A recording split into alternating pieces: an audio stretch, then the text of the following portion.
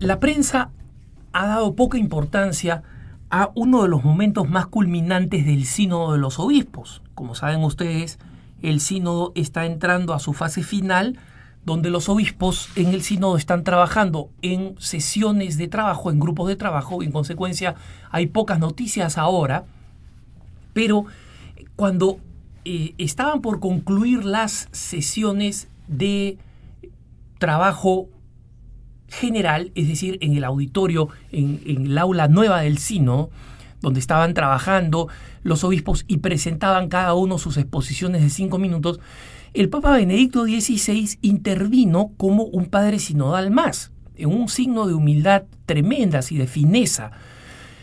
Él intervino señalando que además, cumpliendo los 5 minutos que se le había asignado a cada uno de los expositores, y la gente que estaba ahí presente aplaudió por esta fineza del Papa. El Papa pudo no intervenir, porque al final él es el que va a escribir la exhortación apostólica postsinodal, o pudo simplemente intervenir el tiempo que quería, porque es el Papa, ¿no? Él no está sujeto a las normas del resto del sínodo.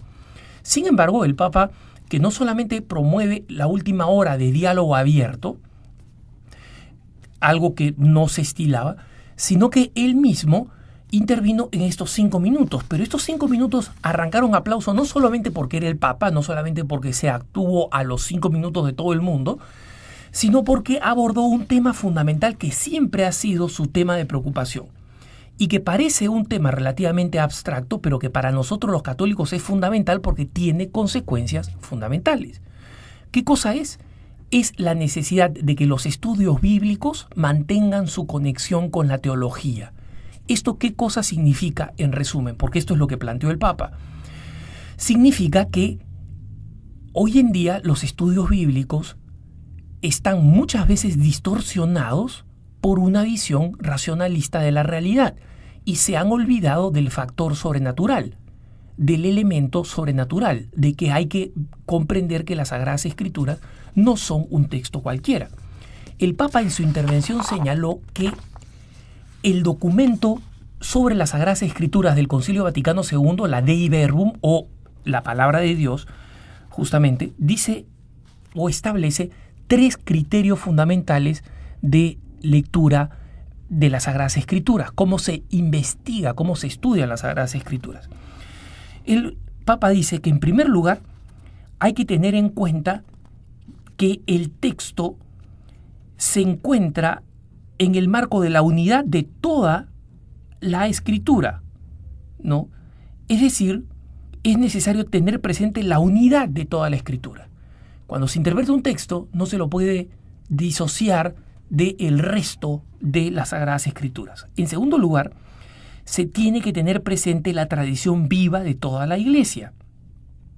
Y en tercer lugar, es necesario observar la analogía de la fe, es decir, donde exista la conciencia clara de que se trata de un texto revelado y que en consecuencia tiene que ser interpretado desde la fe y que las herramientas técnicas de interpretación de escrituras, de interpretación histórica, de interpretación antropológica, por ejemplo, como se hace con muchas investigaciones bíblicas, existan como buenas herramientas para comprender mejor las Sagradas Escrituras, pero nunca desligadas de la fe.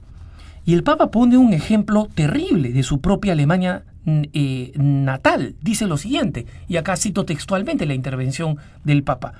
Hoy, el llamado mainstream, o sea, utiliza este término en inglés que significa la corriente fundamental, ¿no? La corriente fundamental de la exégesis en Alemania niega, por ejemplo, que el Señor haya instituido la Santa Eucaristía y dice que el cuerpo de Jesús permaneció en la tumba, es decir, que no resucitó. La resurrección, dice el Papa, no sería un hecho histórico, sino una visión teológica. Esto sucede porque falta una lectura desde la fe. Y en consecuencia se consolida, sigue diciendo el Papa, se consolida una visión filosófica profana que niega la posibilidad de la entrada y de la presencia real de lo divino en la historia. Yo en más de una ocasión he puesto en puntos de vista algún ejemplo de esto. Por ejemplo, sacerdotes que enseñan en la práctica cotidiana, a laicos que participan en cursos bíblicos que dicen Jesús no resucitó, en realidad fue una resurrección espiritual, simbólica, ¿no? La Virgen María obviamente no fue virgen más que en un sentido espiritual, ¿no? Ella mantuvo la virginidad del alma. Nosotros los católicos no decimos eso. Decimos que María fue virgen antes, durante y después del parto. Oye, pero eso es una locura. Por supuesto que es una locura. Es un milagro. Pero si tú estás aceptando que el más radical de los milagros, que es que la segunda persona de la Santísima Trinidad se hizo hombre, y crees que es verdad, es decir, que Jesucristo es Dios, cualquier cosa que pase para nosotros los católicos es absolutamente posible. Y en consecuencia, es más lógico que pasen cosas milagrosas a que no pasen, a menos que neguemos el hecho de la redención. Entonces, estos casos se dan con frecuencia. Recientemente, un sacerdote bien intencionado en España hacía un documento, una tesis bíblica, según la cual el pasaje de San Lucas, donde el profeta Simeón le profetiza a la Virgen María que una espada atravesará tu corazón para que queden al descubierto los pensamientos de muchos corazones, ese sacerdote sostenía que la palabra griega atravesar, una espada atravesará tu corazón, dierjomai, significa en realidad atravesar de pasar, es decir, de cruzar sin ser tocado. Como, por ejemplo, los judíos atravesaron el desierto o atravesaron el Mar Rojo en el Antiguo Testamento, ¿no? Y en consecuencia, la propuesta de este sacerdote es que había que interpretar este pasaje como una promesa de alegría, no de sufrimiento, que la espada, o sea, el sufrimiento, iba a pasar de largo en María, no la iba a tocar. La conclusión de este sacerdote es que todas las imágenes que tienen centenares de años, si es que no miles, de la Virgen María con una espada en el corazón, o la Virgen de los Dolores con las 7 espadas que representan los 7 pecados capitales, que tienen una larguísima tradición en distintas culturas católicas, deberían todas desaparecer. Y acá vemos precisamente el problema de lo que nos dice el Papa en su intervención. En primer lugar, hay que tener en cuenta la Escritura en todo su conjunto.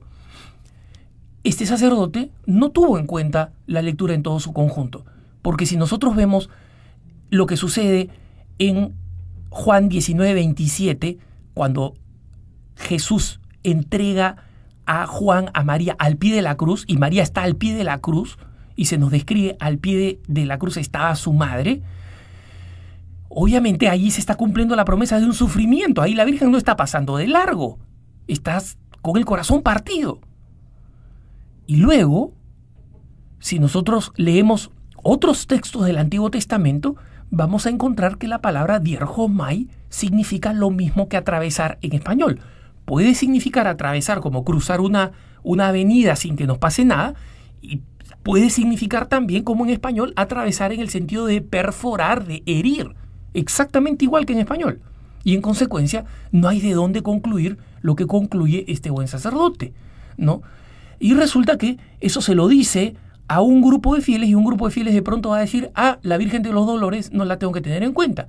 Primer error, no tener en cuenta la historia y el contexto bíblico. Segundo error, no tener en cuenta la tradición de la Iglesia, que es lo segundo que pide el Papa.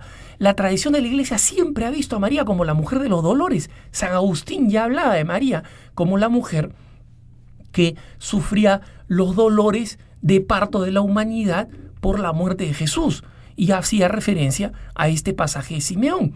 San Germán de Constantinopla, exactamente lo mismo, para hablar solamente de algunos de los grandes que se han referido desde la antigua tradición de la Iglesia. Entonces, un curita hace su investigación con sus propias herramientas, descontextualizado completamente de esta realidad, y termina con una conclusión como esta. Y por eso, como ven ustedes, esto que enseña el Papa no es un tema abstracto, es un tema que tiene consecuencias para nosotros los fieles. Los fieles necesitamos conocer mejor las Sagradas Escrituras, pero para eso hay que reconciliar fe y razón. No podemos caer en el irracionalismo de los hermanos evangélicos que interpretan las Sagradas Escrituras al pie de la letra, y así tenemos un caso extremo, Pero un caso real de el pastor protestante en Florida, en Estados Unidos, que se arrojó a una piscina que él mismo había llenado de serpientes y escorpiones, porque las Sagradas Escrituras dice, pisotearán serpientes y escorpiones y no te harán daño, y lo picaron y se murió. Nosotros no renunciamos a la razón, sabemos que esa no puede ser interpretada literalmente, pero no podemos renunciar a la fe, porque si renunciamos a la fe vamos a tener la exégesis bíblica alemana que el mismo Papa señala como ejemplo de interpretación errónea. Jesucristo no ha resucitado, los milagros no son verdaderos, en última instancia la Biblia es solo un conjunto de enseñanzas morales y eso no es verdad. Que tengas un buen día.